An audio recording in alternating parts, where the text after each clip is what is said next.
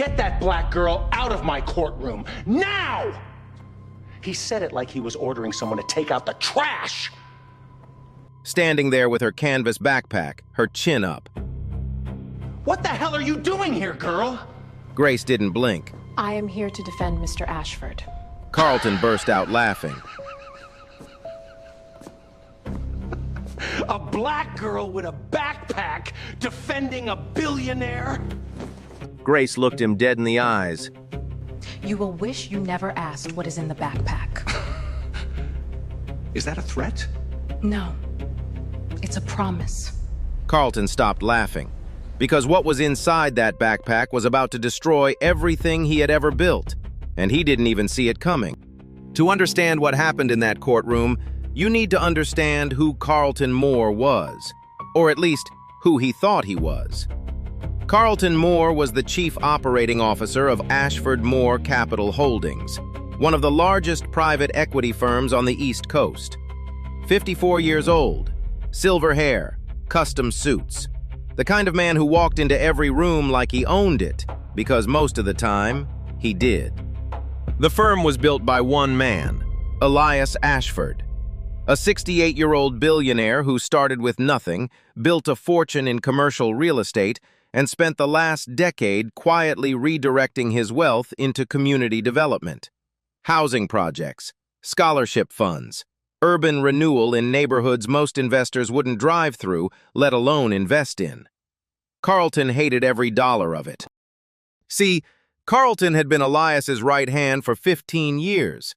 He managed the money, he managed the board, and for 15 years, he watched Elias give away what Carlton believed should have been reinvested, or better yet, distributed to executives like himself.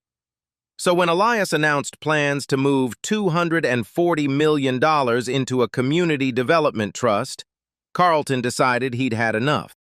He didn't confront Elias directly. That wasn't his style. Carlton was the kind of man who destroyed you with paperwork, not fists. So he did what powerful men do when they want to take something that isn't theirs. He went to court. Carlton filed a petition for emergency conservatorship. He claimed Elias Ashford was mentally incompetent, deteriorating, unable to make sound financial decisions. He told the court that Elias had fallen under the influence of, and this is the phrase he used, unqualified outside individuals who have manipulated a vulnerable elderly man for personal gain. He never said Grace Bennett's name. He didn't have to. Everyone in that courtroom knew exactly who he was talking about. Now, Carlton took the stand first. And if you didn't know any better, you would have believed every word he said. He sat in that witness chair like he was born in it, relaxed, confident. His attorney, Philip Crane, walked him through the testimony like they'd rehearsed it 100 times, because they had. Mr. Moore, can you describe for the court the changes you observed in Mr. Ashford's behavior over the past 18 months? Carlton nodded slowly, like it pained him to say it. It was gradual at first. Elias started missing board meetings. He became secretive about his finances. He stopped consulting with his senior team on major decisions. And then, he began redirecting enormous sums of money, hundreds of millions, into projects that had no clear return on investment. And in your professional opinion, what caused these changes? Carlton paused, looked at the judge, then looked at the gallery, making sure every eye was on him. Elias fell under the influence of certain people who had no business being anywhere near a company of this size. People who saw an aging man with a large fortune and saw opportunity. He never looked at Grace when he said it. He didn't need to. The implication landed like a hammer. Crane kept pushing. And what steps did you take to protect the company? I did what any responsible executive would do, Carlton said. I froze the accounts that were being misused. I revoked building access for unauthorized personnel, and I filed this petition, because someone had to protect Elias from himself. He said it with such conviction that a few people in the gallery actually nodded. That's how good he was. Carlton Moore could make theft sound like charity. But here's what Carlton didn't tell the court. He didn't mention that the psychiatric evaluation he submitted, the one declaring Elias mentally incompetent, was conducted by a doctor who happened to be Carlton's personal friend, a man named Dr. Gregory Sloan, who also happened to own shares in Ashford Moore Capital. Carlton paid for that evaluation.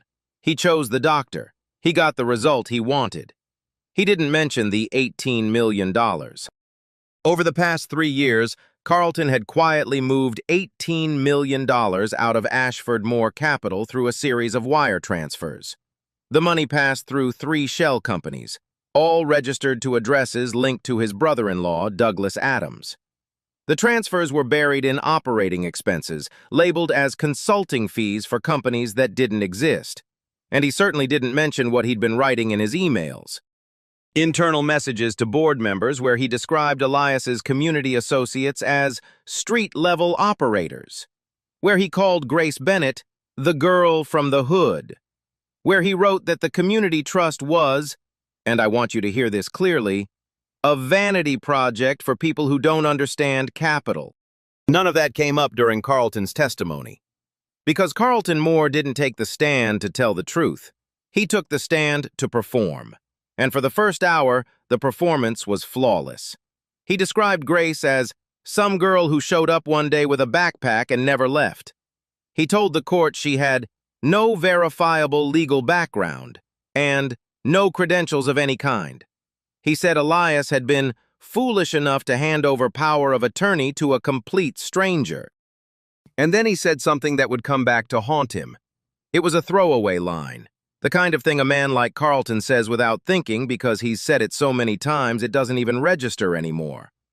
I've dealt with people like her before. He said it casually, almost bored, like swatting a fly. Grace was sitting at the plaintiff's table when he said it. She had a small notebook open in front of her.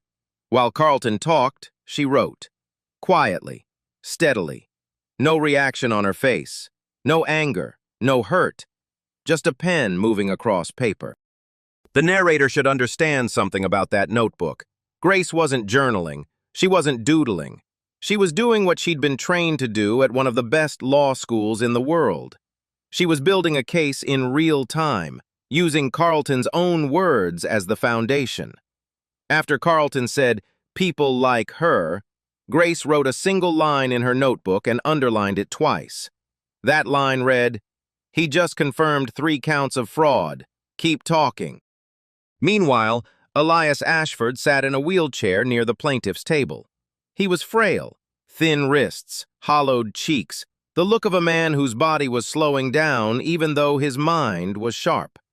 When Carlton described him as mentally deteriorating, Elias's jaw tightened. His fingers gripped the armrest. Grace reached over and placed her hand on his arm. Just for a moment.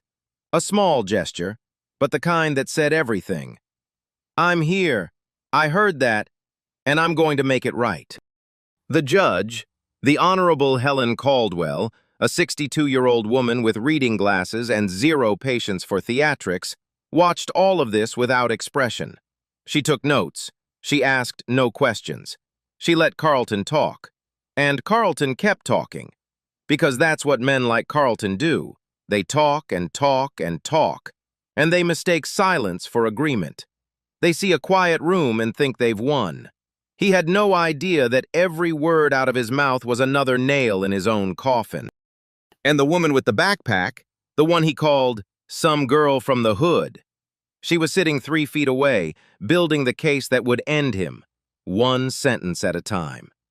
When Carlton finally stepped down from the witness stand, he looked like a man who had just won. He straightened his tie, buttoned his jacket, and walked back to his seat with the kind of slow, deliberate stride that said, "That's how it's done." Philip Crane was already smiling. The gallery was murmuring. Everything was going exactly the way Carlton had planned. Then Judge Caldwell spoke. "The court will now hear from the representative of the plaintiff. Ms. Bennett, please take the stand." The murmuring stopped. Grace stood up slowly. She didn't rush. She didn't look at Carlton. She picked up her notebook, just the notebook, not the backpack, and walked to the witness stand like she'd done it 1,000 times. Crane was on his feet before she even sat down. "Your Honor, before we proceed, I'd like to establish the qualifications of the individual claiming to represent Mr. Ashford.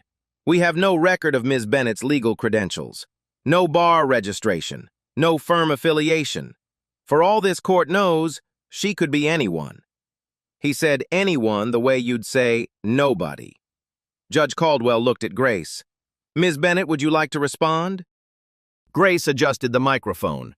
Her voice was calm, clear, not loud, not soft. The kind of voice that makes you lean in because you don't want to miss a single word. Your Honor, I'm here on behalf of Mr. Ashford. I'd prefer to focus on the facts of this case rather than on me. Crane jumped on it. That's not an answer, Your Honor. I'm asking a direct question. Is Ms. Bennett a licensed attorney? Because if she's not, her presence at that table is a violation of court procedure, and everything she submits should be struck from the record. Grace didn't flinch. She turned to Crane and said, Counselor, I understand your concern, but my credentials are not what's on trial today. Mr. Moore's actions are. So if you'd like to discuss the frozen accounts, the revoked building access, or the conservatorship petition filed without Mr. Ashford's knowledge, I'm happy to start there. Crane opened his mouth, then closed it. He looked at Judge Caldwell. The judge's expression didn't change. The witness has offered to address the substance of the case, Mr. Crane. I suggest we let her. You'll have your chance to cross-examine. Proceed, Ms. Bennett. Grace nodded, and then she began. She spoke the way someone speaks when they've lived inside the facts for months, not reciting, not performing, just telling the truth in the order it happened. She told the court how she first met Elias Ashford. She was working as a community outreach coordinator for a nonprofit in East Baltimore, a neighborhood where half the buildings were boarded up and the other half were waiting to be. Elias's foundation had donated to the organization. One afternoon, Elias visited the site in person. No cameras, no entourage, just an old man in a wool coat who wanted to see where his money was going. Grace gave him a tour. They walked through a gutted row house that was being converted into affordable housing. Elias asked questions, real questions, not politician questions. He asked about redlining, about generational displacement, about why families who'd lived in the same neighborhood for 60 years were being priced out by developers who'd never set foot on the block. Grace answered every one, not because she'd memorized talking points, but because she'd grown up watching it happen. By the end of the tour, Elias sat down on a bench outside the row house and said, I've had 100 consultants tell me how to spend my money. You're the first person who told me where it actually needs to go. He asked her to consult on the Community Development Trust. She agreed. Over the next several months, they worked together, reviewing proposals, meeting with neighborhood leaders, building a framework for how $240 million could be deployed without displacing the people it was meant to help. That's when Carlton Moore started paying attention. Grace described it simply. The moment Mr. Moore realized that Mr. Ashford was serious about the trust, that the money was actually going to leave the firm, everything changed. Meetings I was invited to were suddenly rescheduled. Emails I was copied on stopped arriving. And then one morning, Mr. Ashford called me and said he couldn't get into his own building. His key card had been deactivated. His accounts had been frozen. And there was a legal filing he'd never seen, a petition to declare him mentally incompetent. The courtroom was silent. Crane tried to interrupt. Your Honor, this is a narrative, not testimony. I'd like to remind Ms. Bennett that she's under oath, not giving a speech. Grace looked at him. Everything I've said is under oath, Counselor. Would you like me to slow down so you can take notes? A sound came from the gallery, someone trying not to laugh. Crane's face turned red. Judge Caldwell didn't smile, but her eyes moved to Grace with something that wasn't there before. Interest. Then Grace did something no one expected. Your Honor, I'd like to submit one document at this time. She opened her notebook and removed a single sheet, a notarized letter dated 6 months before Carlton filed the conservatorship petition. The letter was written by Elias Ashford. In it, he named Grace Bennett as his personal legal representative, granting her full power of attorney over his business and personal affairs. Crane shot out of his chair. Your Honor, we were never provided this document in discovery because it was filed under seal with the Maryland Probate Court. Grace said. At Mr. Ashford's request. He anticipated that someone might try to challenge his competency, and he wanted to make sure his chosen representative had legal standing before that happened. She handed the letter to the bailiff. The bailiff handed it to Judge Caldwell. The judge read it, slowly. Then she looked up. This document appears to be in order. Ms. Bennett has legal standing as Mr. Ashford's designated representative. Objection overruled. Crane sat down. He didn't say another word. Carlton Moore, for the first time all morning, was not smiling. He leaned over to Crane and whispered something. Crane shook his head. And Grace just sat there, hands folded, notebook closed. The backpack still sitting on the counsel table behind her, untouched, unopened, waiting. She had answered every question without revealing a single thing about herself. She had established legal standing without saying the word lawyer. And she had done it all in a voice so steady it made Carlton's polished performance look like exactly what it was, an act. The courtroom didn't know who Grace Bennett was, not yet, but they were starting to realize that whoever she was not the girl Carlton Moore said she was. The night before the trial, Grace Bennett was sitting on the floor of her apartment in East Baltimore. It was a one-bedroom, small, clean but small. The kind of place where the kitchen and the living room shared the same wall, and you could hear your neighbor's television through the ceiling.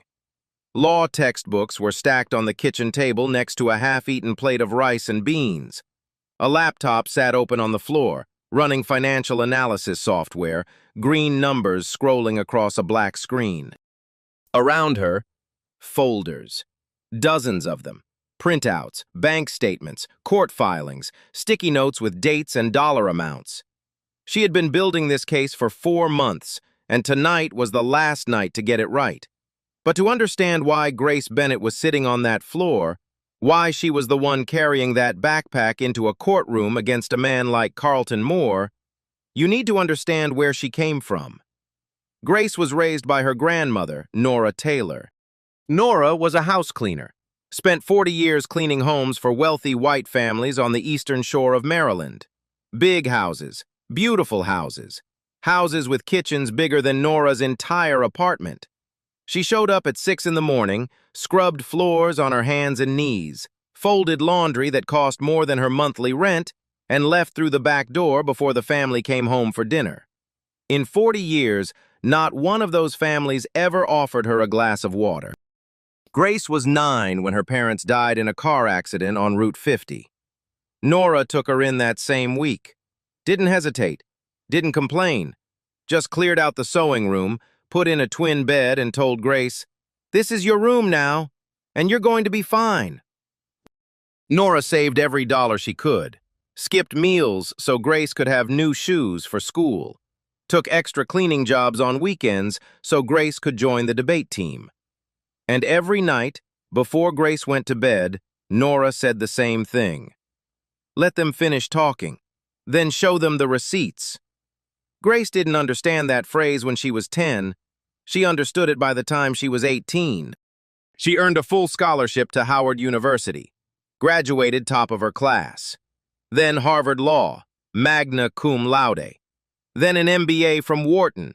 She did all of it while Nora told the neighbors Grace was studying up north. No details, no bragging. Nora believed that power you announce is power you lose. Grace learned that lesson well. She stopped telling people about her degrees years ago.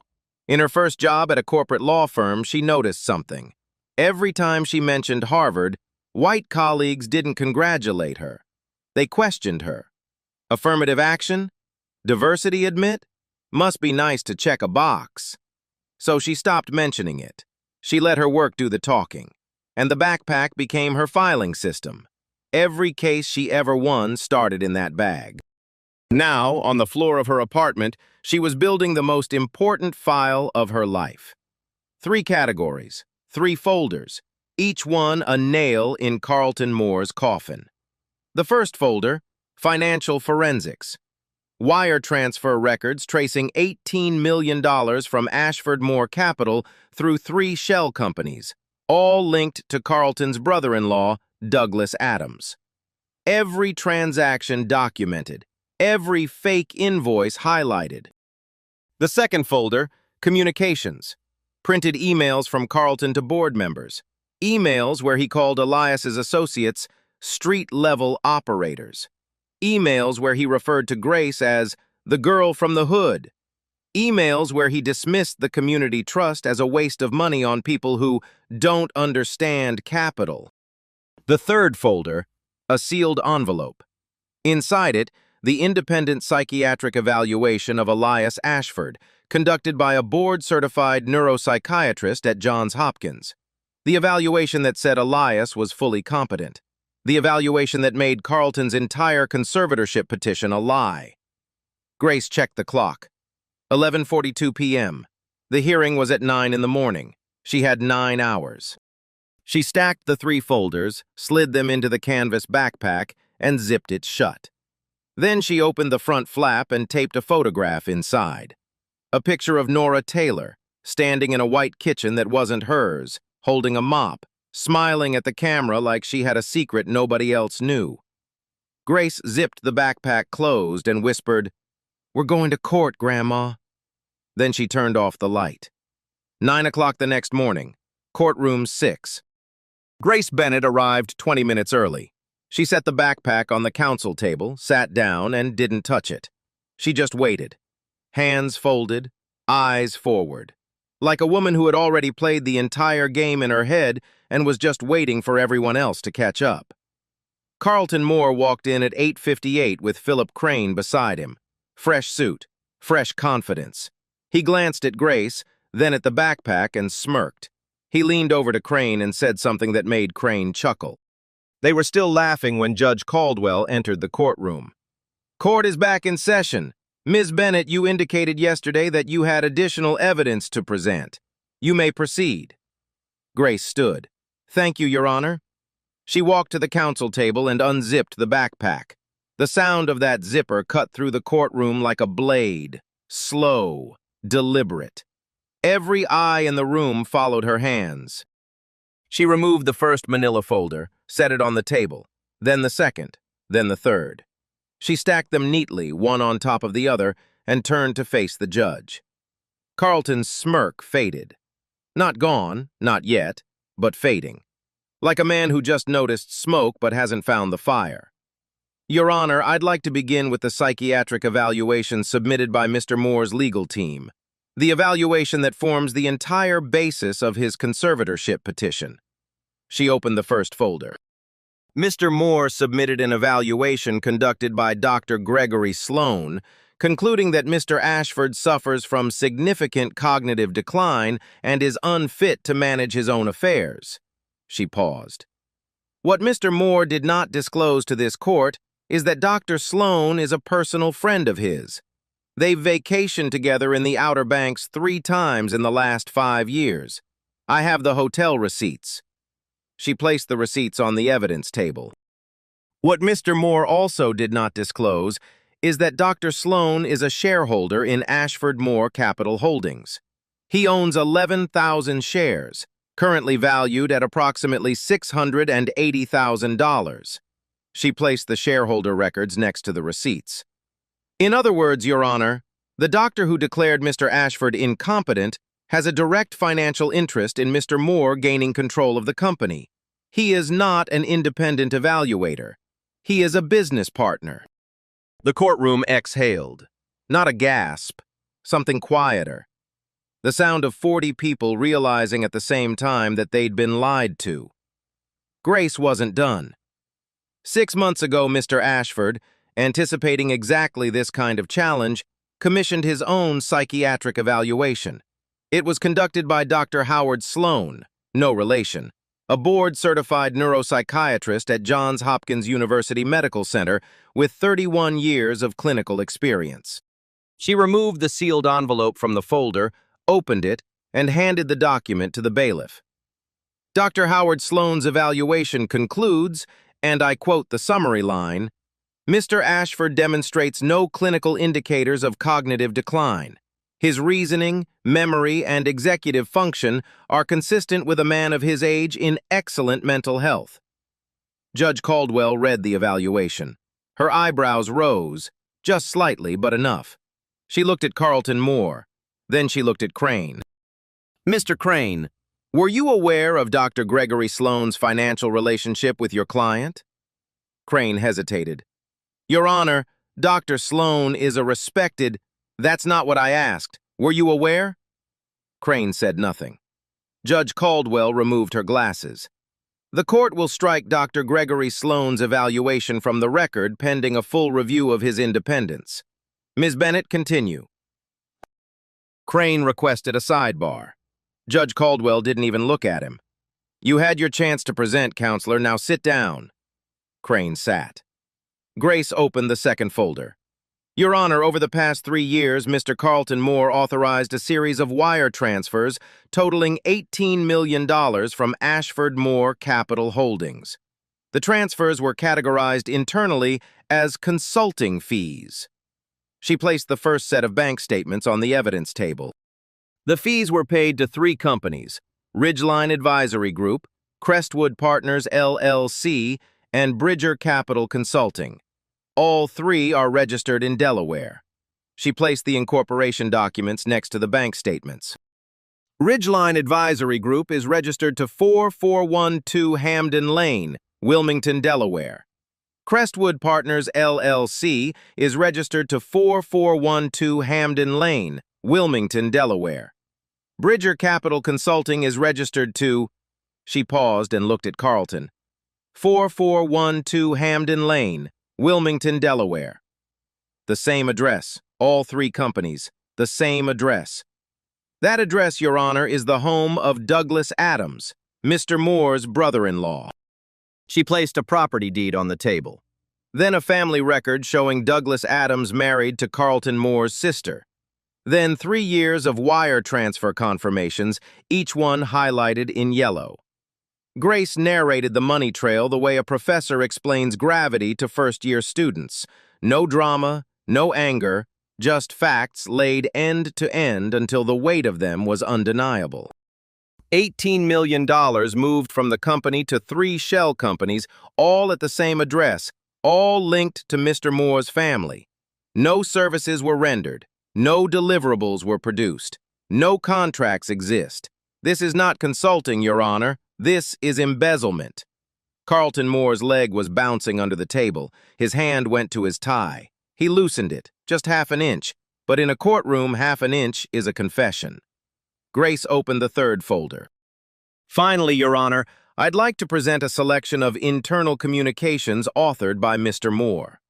She handed printed emails to the bailiff. Each one was projected on a screen mounted on the courtroom wall.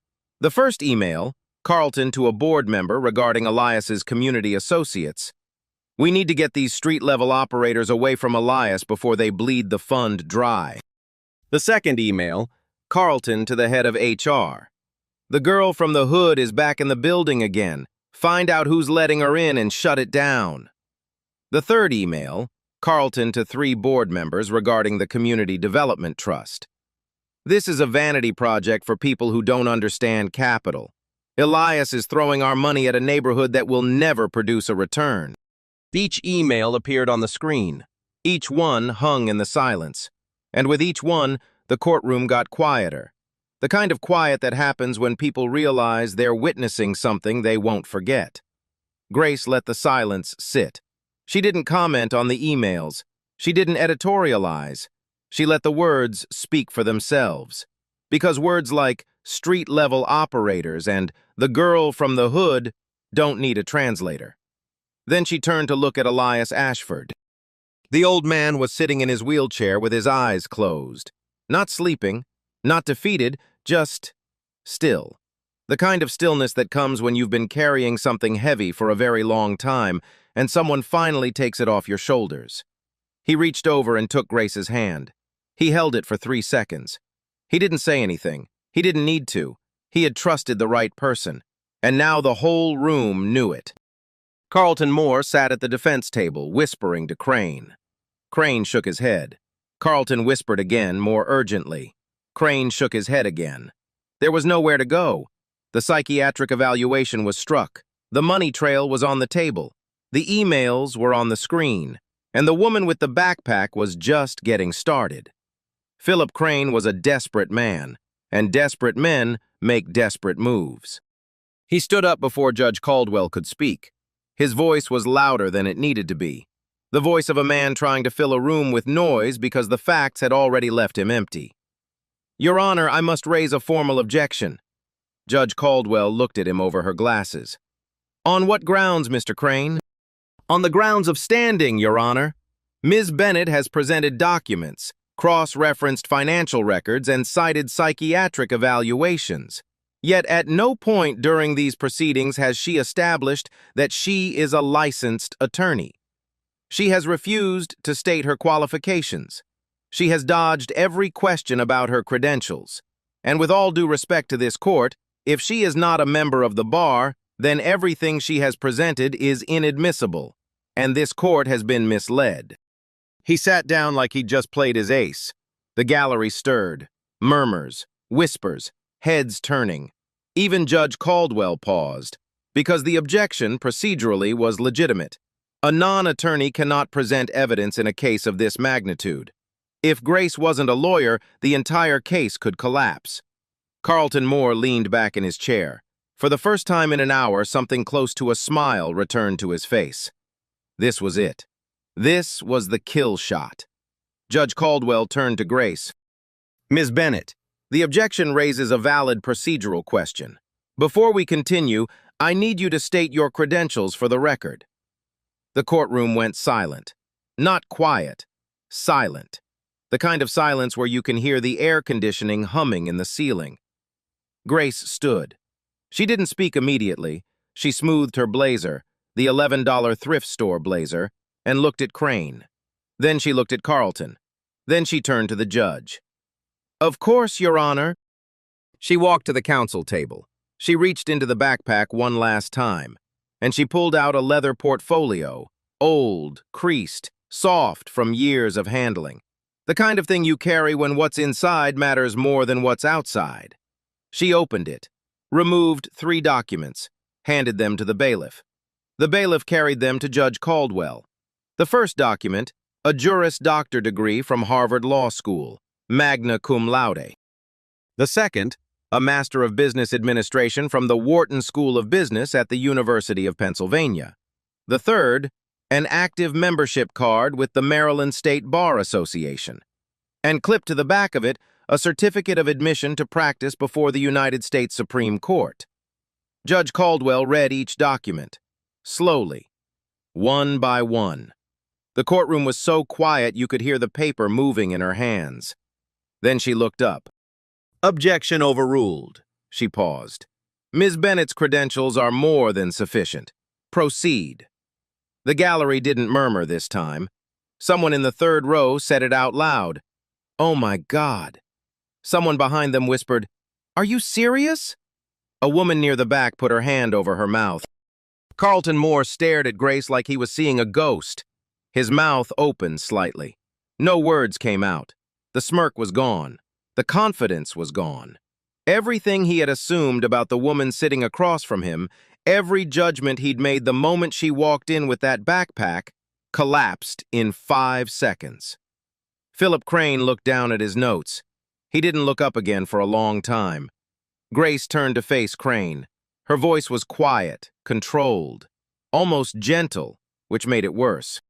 "You asked me where I keep my legal briefs, counselor. Now you know." She didn't smile. She didn't gloat. She didn't raise her voice or pump her fist or look at the gallery for applause. She just stood there, 5'6", thrift store blazer, canvas backpack, and let the silence do what silence does best. It told the truth. They had spent 2 days calling her the girl with the backpack, the black girl who didn't belong, the one who should have been checked at the metal detector, the one with the welfare check and a prayer. She was the most qualified person in that courtroom, and she had let every single one of them underestimate her, because that was the strategy. Judge Caldwell called a 10-minute recess after the reveal. People needed it. The gallery was buzzing, strangers turning to strangers, shaking their heads, mouthing "Harvard" to each other like they still couldn't believe it. Carlton Moore spent those 10 minutes whispering to Philip Crane. Crane kept shaking his head. Carlton's whispers got louder. Crane's head shook harder. Whatever Carlton wanted to do, his own lawyer was telling him no. It didn't matter, because when court resumed, it wasn't Carlton's turn anymore. It was Grace's. Your Honor, I'd like to cross-examine Mr. Moore. Judge Caldwell nodded. Granted. Mr. Moore, please retake the stand. Carlton stood. He buttoned his jacket. A reflex, the muscle memory of a man who'd spent his life performing control. But his hands fumbled on the second button. A small thing, but in a courtroom, small things are everything. He sat down in the witness chair. Grace walked toward him carrying one thing, the notebook. The same small notebook she'd been writing in since the first day of testimony. The one everyone assumed was just notes. It wasn't just notes. Grace opened it and looked at Carlton the way a surgeon looks at an X-ray. No emotion, just precision. Mr. Moore, in your 12 years as Chief Operating Officer of Ashford Moore Capital, how many black professionals were promoted to senior positions within the firm? Crane stood. Objection. Relevance. Judge Caldwell didn't hesitate. The plaintiff has alleged racial animus as a motivating factor in Mr. Moore's actions. I'll allow it. Answer the question, Mr. Moore. Carlton shifted in his seat. We promoted several qualified individuals during my tenure.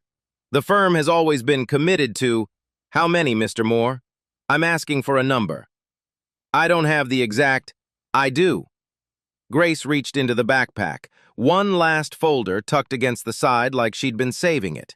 She opened it and placed a stack of HR records on the evidence table. In 12 years, under Mr. Moore's direct oversight, 14 black employees held positions above administrative assistant at Ashford Moore Capital. Every single one was either terminated or demoted. Not one was promoted. 14 people, 12 years, 0 promotions. She read 3 names aloud, slowly, giving each one weight. Each name was a person. Each person had a story. And each story ended the same way, with Carlton Moore signing off on their removal. Carlton's voice tightened. Those were performance-based decisions. Were they? Grace flipped a page in her notebook. Mr. Moore, during your testimony yesterday, you used a phrase I wrote down. You said, and I'm reading your exact words, I've dealt with people like her before. Can you tell the court who people like her refers to? Carlton's jaw locked. I meant people without proper qualifications. People without proper qualifications, Grace repeated. She let the words hang. Then she picked up another document from the folder. Your Honor, I'd like to enter into evidence a written deposition from Rebecca Sloan, a former senior analyst at Ashford Moore Capital. Rebecca Sloan was white. She worked at the firm for 6 years. She quit in 2023. Her deposition explained why. Grace read the key passage aloud. Rebecca described a meeting where Carlton told a black analyst, a man with an MBA from Columbia and 8 years of experience, "You should be grateful you're even in this building." Rebecca said she filed an internal complaint. The complaint disappeared. The analyst was terminated 2 weeks later. Grace closed the deposition. Mr. Moore, would you like to respond to Miss Sloan's account? Carlton's voice cracked for the first time. He leaned forward. His face was red. This has nothing to do with race.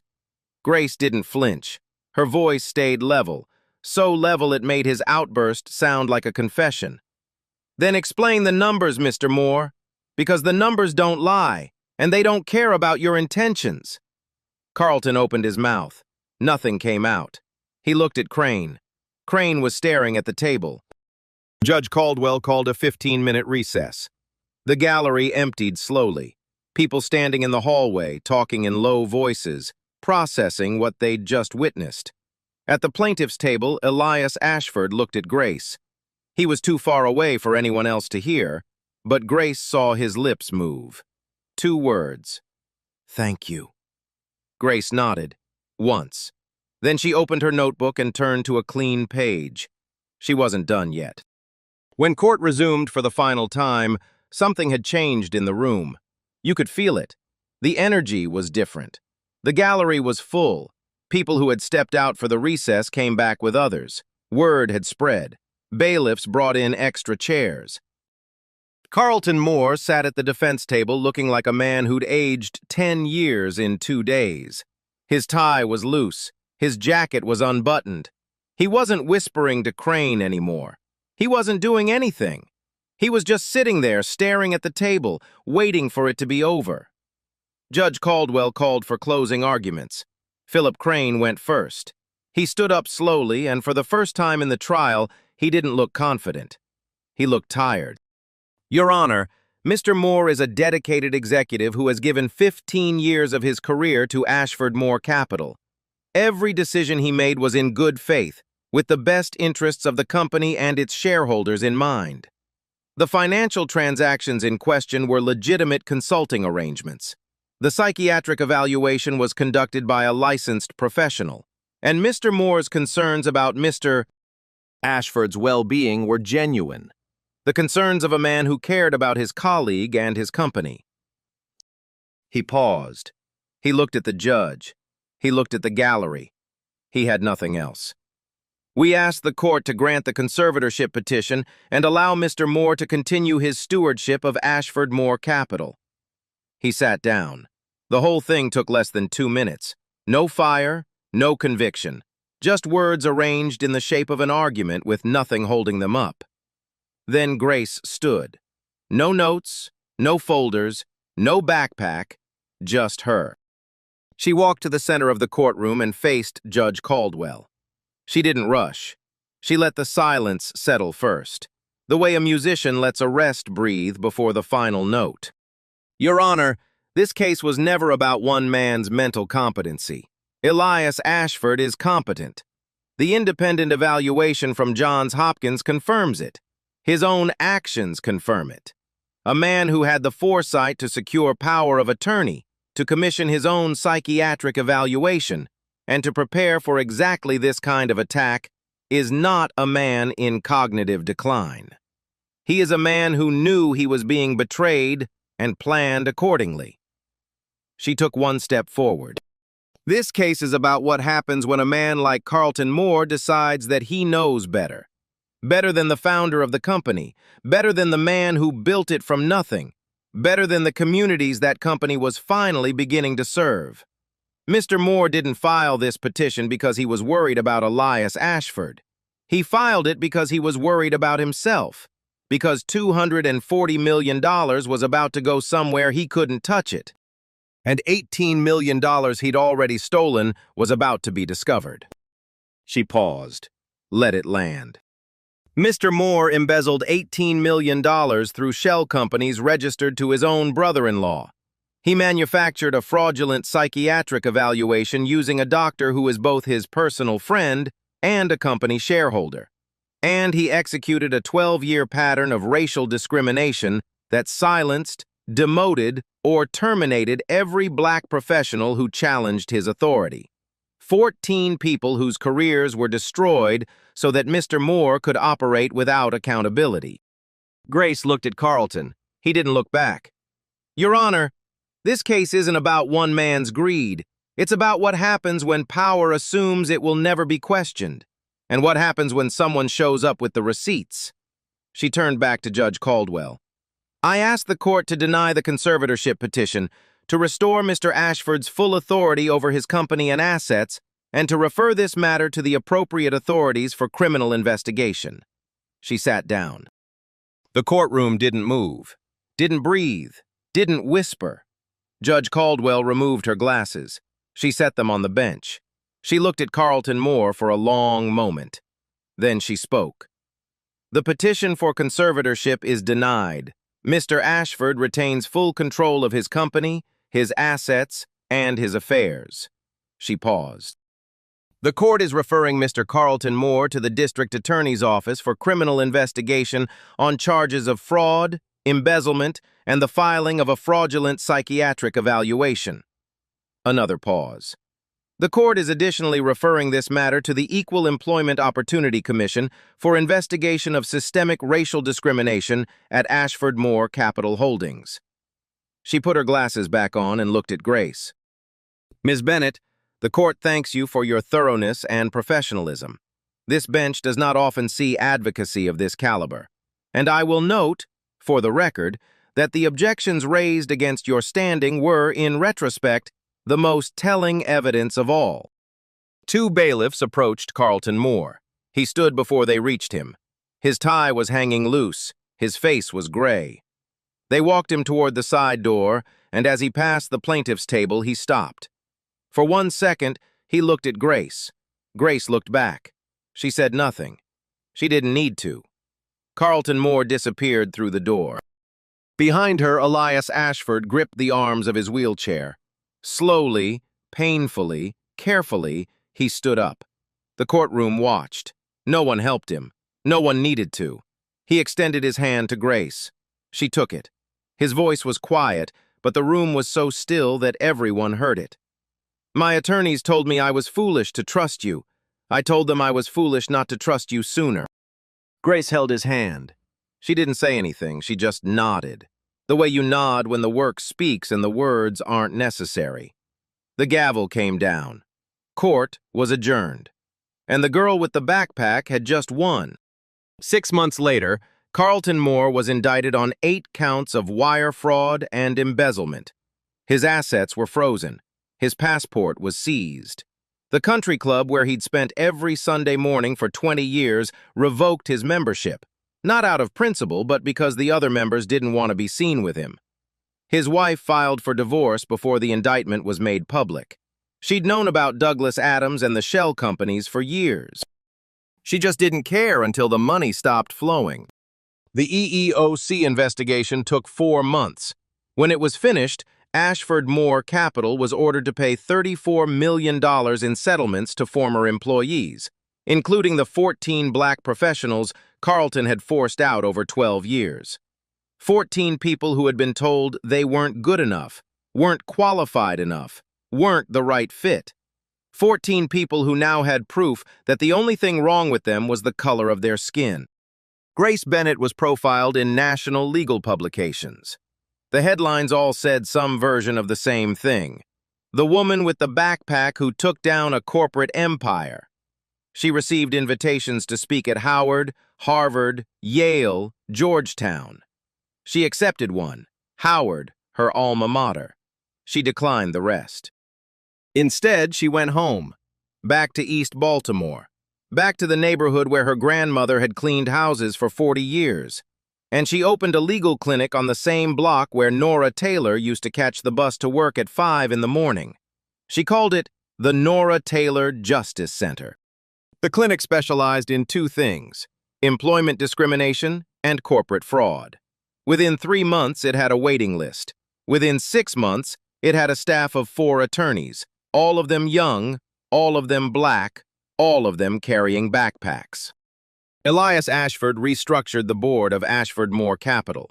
He implemented mandatory diversity requirements for all senior hiring, and he funded the Nora Taylor Justice Center with a $10 million endowment.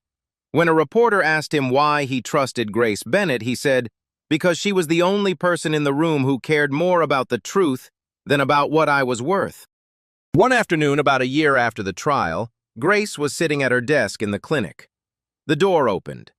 A young black girl walked in, maybe 12 years old, school uniform, braids, and a backpack hanging off one shoulder. She'd been suspended from school. Her teacher told her she'd never amount to anything. She talked back. The school called it defiance. The girl called it the truth.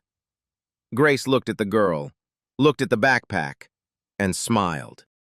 "Sit down," she said. "Tell me everything. Have you ever been underestimated because of how you looked and proved them dead wrong? Or have you ever watched it happen to someone else and wished you'd said something?